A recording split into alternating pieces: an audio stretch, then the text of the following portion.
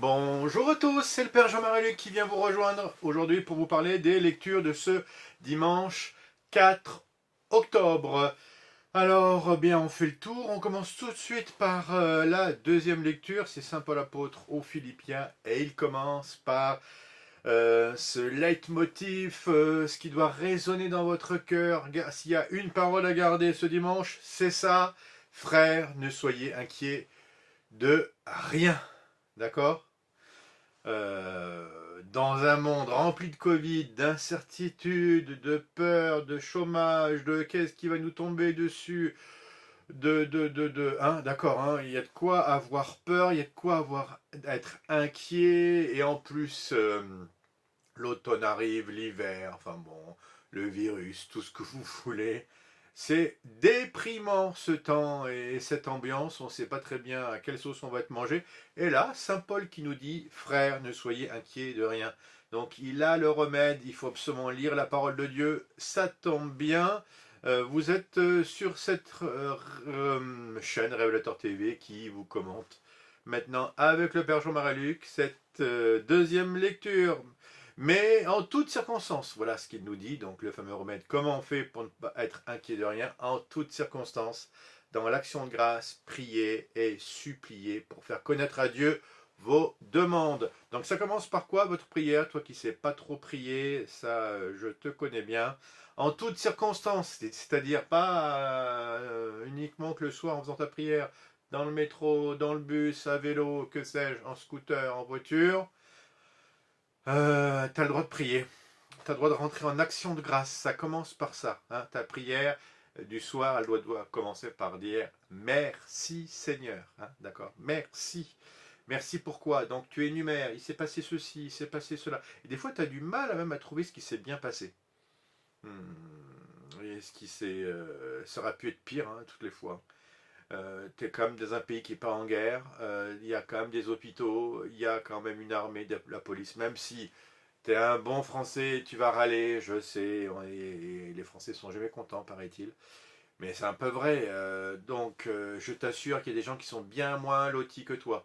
Donc, regarde déjà tout ce qui se passe bien en toi. Fais la liste de ce qui va pas trop mal, d'accord? C'est pas quand ça ira moins bien qu'il faudra se dire ah, du temps où j'avais la santé, du temps où je pouvais regarder des vidéos sur YouTube, maintenant je peux plus. Bref, bon, voilà. Hein. Bon, et puis tu as encore un peu d'énergie pour pouvoir au moins oser prier et aller regarder une vidéo sur YouTube. C'est consacré à la prière, donc c'est quand même pas rien. Bon, tu vois que t'es pas si nul.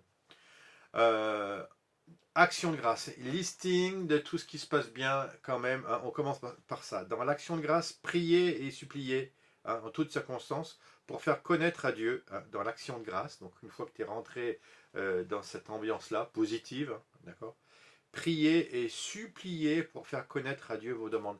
Si tu rentres dans la prière, dans une action de non-grâce, en râlant, en n'étant pas heureux, en râlant, en gueulant sur ton voisin, ta voisine, parce qu'il n'a pas de masque, parce qu'il ne communie pas comme ceci, parce qu'il ne s'est pas lavé les mains au gel hydroalcoolique, parce que le curé ne te revient pas parce que c'est pas rapport à ce que tu voulais, parce que tu voulais une messe en latin et qu'elle est charismatique, parce que tu voulais une messe charismatique et que c'est une messe en latin. Enfin bon, je sais pas trop quoi. Parce qu'il n'y a pas de l'orgue et il y a de la guitare. T'as compris hein. Ok. Bon alors, action de grâce, priez et suppliez pour faire connaître à Dieu vos demandes. Et la paix de Dieu, qui dépasse tout ce qu'on peut imaginer, gardera votre cœur et votre intelligence dans le Christ Jésus. Euh, la paix de Dieu va venir s'emparer de toi et c'est quand même au-delà de ce que tu peux imaginer. Hein. C'est marqué dans la parole de Dieu, hein, noir sur blanc. Hein. Gardera ton cœur et ton intelligence. C'est pas uniquement que ton cœur. Il ne faut pas prier uniquement avec ton cœur. Tu peux aussi prier avec ton intelligence. Tout ce que tu es, consacre-le à Jésus.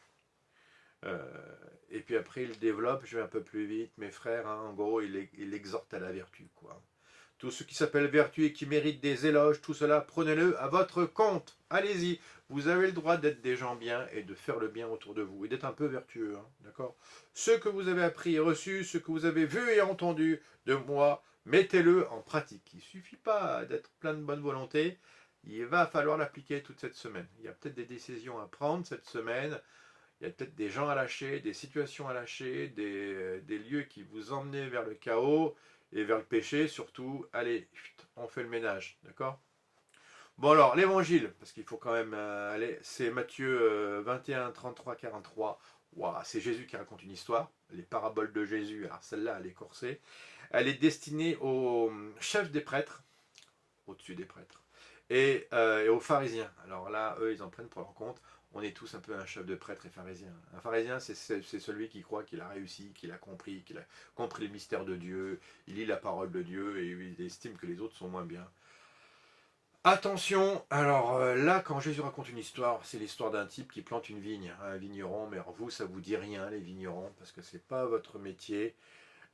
Si j'étais Jésus aujourd'hui, je pense que il faudrait changer, hein. Évidemment, il prendrait quelque chose du style un homme veut acheter un immeuble parce qu'il a un peu d'argent, hein, avant que le Covid lui prenne tout, qu'il y ait une dévaluation, que la crise monétaire, il achète un immeuble et puis il met des locataires dedans dans ses appartements pour que ça lui rapporte, d'accord. Sauf qu'à un moment donné, il faut qu'il envoie ces gens à lui pour pouvoir récupérer les loyers, d'accord. Ça c'est hyper, hein, vous avez tous compris ça. Et la manière dont les gars sont reçus, ouah, dis donc, les squatteurs qui sont là, qui ne payent pas, ça s'appelle un squatteur, hein, d'accord. Ah. Et c'est Jésus qui raconte cette histoire, hein. Les vignerons se saisirent des serviteurs, frappèrent l'un, tuèrent l'autre, lapidèrent le troisième. Et ça monte, hein. Ça commence déjà assez fort, parce que le premier, il le tue, le deuxième, il le frappe, et le troisième, il le lapide. Euh, la férocité de ces gens qui sont d'une malhonnêteté, ils ne sont pas chez eux, et vous avez vu comment ils traitent les serviteurs. Nous, sur cette terre, on n'est pas chez nous. Vous avez vu comment on traite la terre? L'écologie, ça vous dit quelque chose? Vous avez vu comment on traite la vie, l'enfant à naître, et les bébés, et les vieillards après, euthanasie, tout ça, ça revient. Vous avez vu comment on traite la vie sur cette terre? Mais on est des voleurs, je vous assure, hein. On est des... en fait, on est... c'est nous, il parle de nous, hein, de nouveau. Hein, voilà. Et alors, euh, il y a une miséricorde du propriétaire qui renvoie encore quelqu'un. De nouveau, ils sont traités pareil. Mais on se dit, mais combien de lois infanticides, liberticides et tout ce que vous voulez va continuer à nous tomber dessus? Mais c'est complètement fou la manière dont on traite Dieu, dont on le méprise. Parce que derrière, vous avez compris, hein, c'est une parabole, c'est une histoire pour nous faire voir comment on méprise Dieu. Et là, mais voyant le fils, les vignerons, voilà, parce que derrière, le père, qu'est-ce qu'il veut faire? Du moins le propriétaire, il envoie, le grand vigneron, il envoie son fils lui-même pour essayer de régler les choses. Mais voyant le fils, les vignerons se dirent entre eux, voici l'héritier, allons-y, tuons-le, nous aurons l'héritage. Incroyable. Prendre l'héritage de Dieu. Se croire à la place de Dieu. Croire qu'on va pouvoir sauver le monde par nous-mêmes. Croire que la technologie, la science, notre vision des lumières, parce qu'on était très éclairé, était capable de comprendre le monde. Un tout petit virus de 3 fois rien nous met à genoux depuis 6 mois, vous vous rendez compte?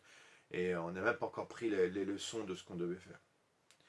Ils se saisirent de lui, le jetèrent hors de la vigne et le tuèrent. Eh bien, quand le maître de la vigne viendra, que fera-t-il de ces vignerons? Et vous avez la réponse, vous. Hein. Et d'ailleurs, il demande aux pharisiens de pouvoir répondre. Hein. Qu'est-ce qu'il faut faire?